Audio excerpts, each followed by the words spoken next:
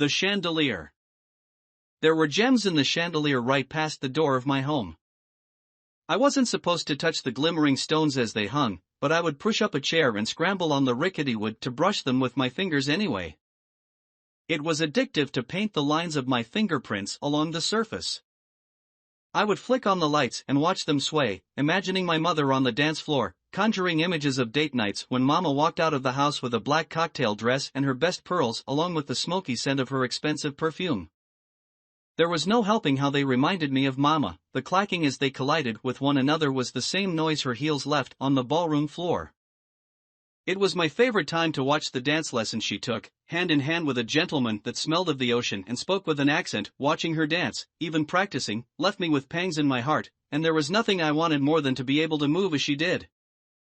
And, if I could get away with it, I would pick up the little hook that clasped the jewel and tuck it in my palm, marveling at the punctures it left, red lines that showed their beautiful marks on me.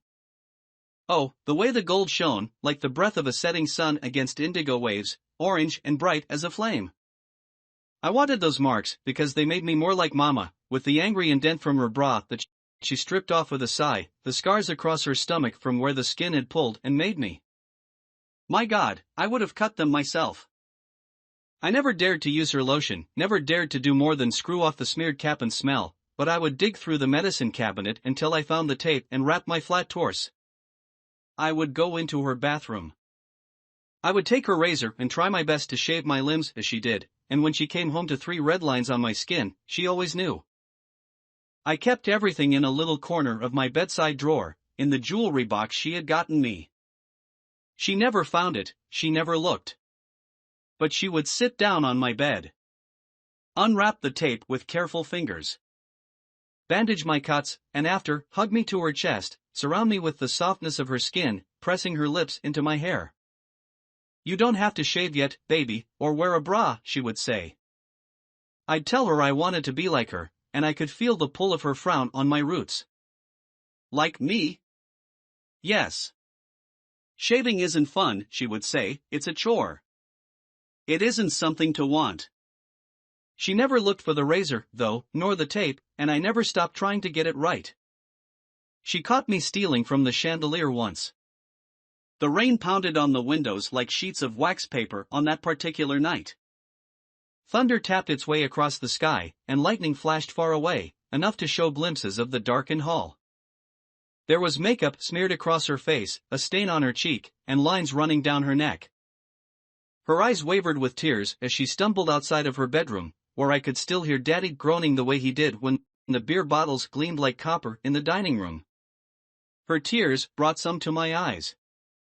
She froze at the sight of me, and we stared at each other. She looked so small from atop the chair, and the moonlight fell short of the hallway, allowing the shadows to stretch and consume her whole. A single tear fell from her eye. I tugged my hand away too fast, the chandelier shuddered, and a cacophony of clinks erupted in the air, wriggling like the sparkle sliding down her dewy cheek. Daddy shouted something from the other room. We both flinched, and I realized that it was no stain on her cheek, but instead a bruise, and the lines on her neck were like the ones the jewels left on me, dotted with blood. My stomach churned. She whispered to me, her voice more coarse than I had ever heard. She asked me what I was doing. I had sat down in the chair, stretched out my legs to brush on the tiles, and stood with my hair covering my eyes. Mama was pretty, even when she was mad. Not like Daddy, whose face bloated and swelled like a blister, whose mouth creased and whose voice struck like a fist. Mama had anger like smoke, leaching in and burning me from the inside out without saying a single word. My hands shook, my knees wobbled, the jutting joint shuddering without my control. She slinked forward, the nightgown slid against the carpet with a hiss. I closed my eyes. Her fingers brushed against my jaw, tracing down my neck. Her nails raked white lines down my arm, trailed into the jut of my elbow, and closed like jaws around my wrist. She examined the lines left by the jewels dropped to the floor. Why do you hold them so tight? She whispered. She did not sound like herself. She sounded young. Young and hurt. I had no answer, I could not open my eyes.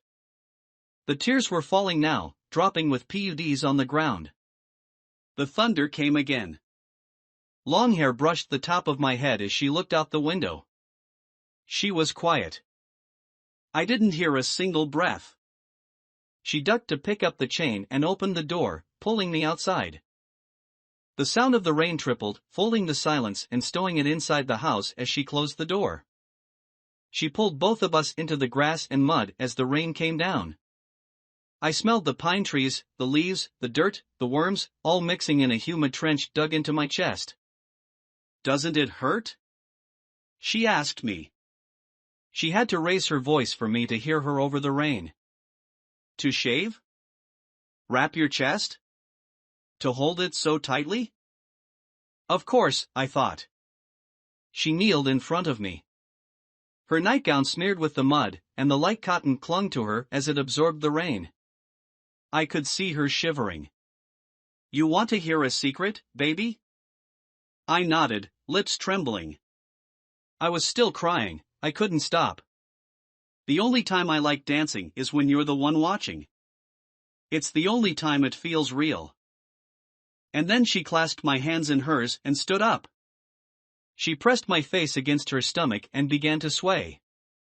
She was whispering in my ear.